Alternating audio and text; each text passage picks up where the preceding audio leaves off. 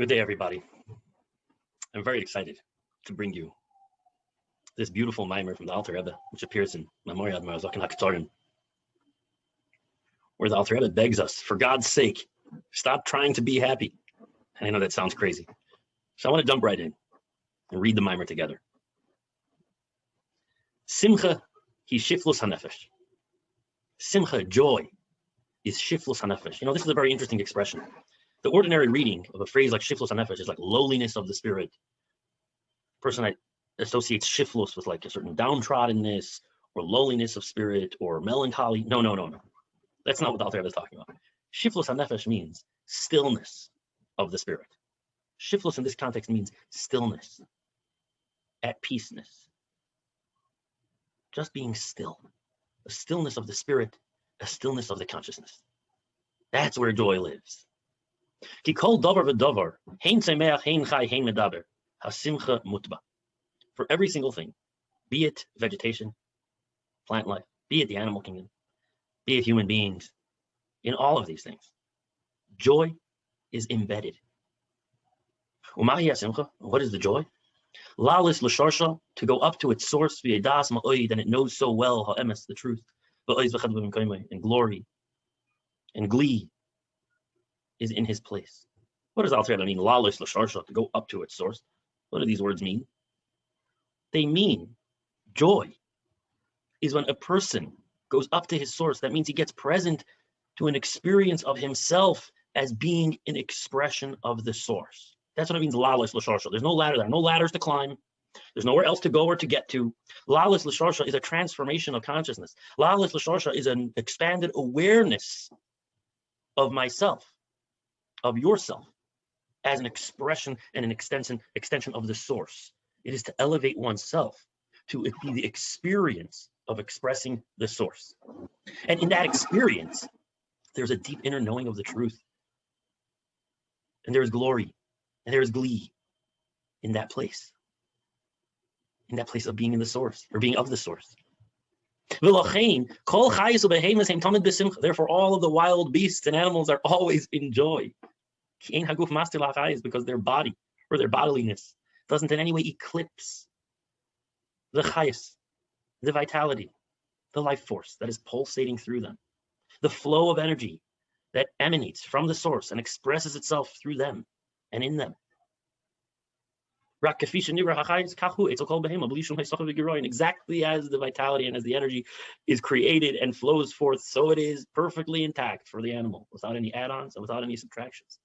The animal doesn't narrate it, the animal doesn't judge it, the animal doesn't question it. There is nothing blocking, obscuring, or eclipsing the animal's experience of its own vitality, and nothing eclipsing the animal experiencing the flow of energy into itself and through itself, straight from the source.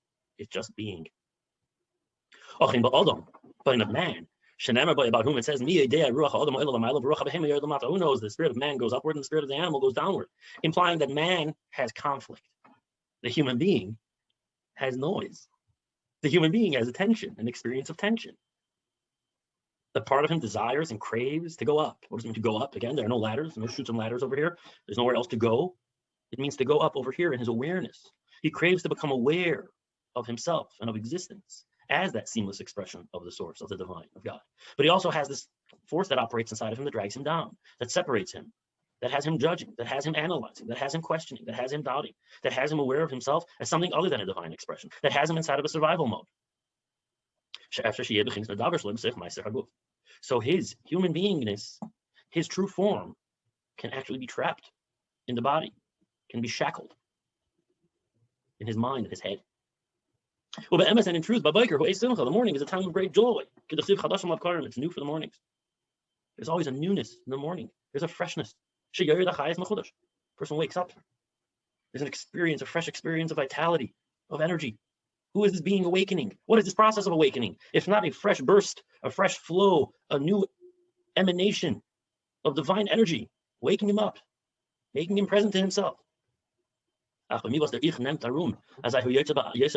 someone, that his sense of I, his sense of a separate self, his sense of survival, his self-obsession, his preoccupation with self, his worries, his concerns, his ego, his identity, wrap him around and shackle him, so he's depressed.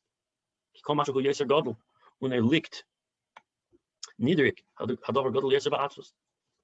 The greater a person is, I'm not sure if the Alter Rebbe means the fact that he's greater by virtue of the fact that he's a Medaber, or if the Alter Rebbe means the more a person can hold himself as great, then when he's in a low state, he's that much more depressed. He's disappointed. So this tension that we have as people, this desire to be one with the source, but at the same time, this ego and the sense of separate self and this attraction to the distractions of existence and of the world as they appear to be something separate from the source creates a tension and a friction. And this results in depression. So the Alter Rebbe concludes, if you think about it, the trees, the wild beasts, the animals, they're all b'simcha. Simcha is embedded. Joy is embedded. The fact that you exist, the fact that you are the recipient and the conduit through which a flow of divine energy emanates, by virtue of the fact that you exist, by virtue of the fact that you're vital, by virtue of the fact that you're living. This is a source of great simcha. This has you as an expression of the source. There's ois, there's glory, there's chedwa, there's immense joy in the place of God. It's perfect. But we have an ego. We have an illusion. We have an experience of duality. We have a narration and a judging mind and an analyzing mind. And all of these things that create tension and friction and obscure for us that natural embedded joy of being. That naturally embedded joy of simply being the recipient and the vehicle of a divine flow of energy. So here the Alter Rebbe switches gears and he changes into Yiddish. He says, L'man Hashem, for God's sake, nitzu nemen hasimcha, mit dem ich bedarf haben hasimcha. Stop trying to take joy with this posture that I need to be happy. How often in life are we busy trying to be happy? It's our ego. It's our identity. It's our struggle. And so we turn our struggle towards happiness. And we turn our efforting towards happiness.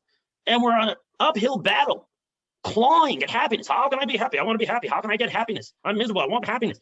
Says the Alter Rebbe, for God's sake, quit trying to grab happiness. Quit trying to take it. It's your ego that's trying to take it. It's your sense of self as being separate from God that's obsessed with trying to get happiness. But the more you try to get it and the more you try to take it, the more you feed the premise that you're separate from God. The more you feed the premise that it's outside of you and you need to somehow get it or retrieve it or take it or become it. So your very attempts to be happy, your very trying to get happy feeds the experience of yourself as being something other than divine, feeds the experience of yourself as being outside of the source, feeds the experience of self that is ego-based and eclipses the flow of energy that actually is emanating into you and through you by virtue of your vitality. Rather, just receive it. Receive the joy. Receive it into you. By virtue of the truth, that nothing that eclipses on God is in fact a true concealment. It is not of true substance. There is no true blockage. There is no true eclipsing. Once I get that, this whole experience of self as something outside of the divine flow of energy is not even real. It's not even real. It's an illusion. There isn't even truth to it. It only appears that way, but really it's all the divine flow. Then the joy just befalls you. The joy just befalls you.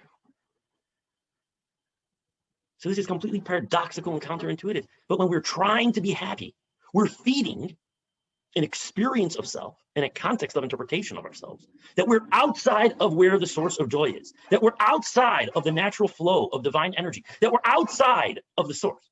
And so therefore we got to claw our way into it. We have to effort, we have to go there, we have to get it, we have to try to be happy. And in the meantime, we continue to feed that sense of I as outside by virtue of our attempt of constantly trying to get inside. For God's sake, stop the effort. Just be. Just be still. Shiftless hanefesh. Simply shiftless hanefesh. Stillness of the spirit. Just be still. Be still. Slow down. Become aware that everything that you think is outside is inside. There is only the divine flow. Nothing can eclipse that. Nothing can conceal that. It's all an illusion. At the moment I can be still enough to realize that the illusion that I think is there and the obstacle that I think I need to overcome is not even real, I all of a sudden become present to myself as the recipient and the vehicle of a divine energetic flow. That is my vitality. That is my life. That's how I am. That's how I'm able to be. So being itself is joy. The joy just befalls you through that stillness of the spirit, through that surrendering and relinquishing of the efforting and the force, through that surrendering and relinquishing of the assumption that there's an I that needs to get happiness, or that needs to be happy. No, there's only being.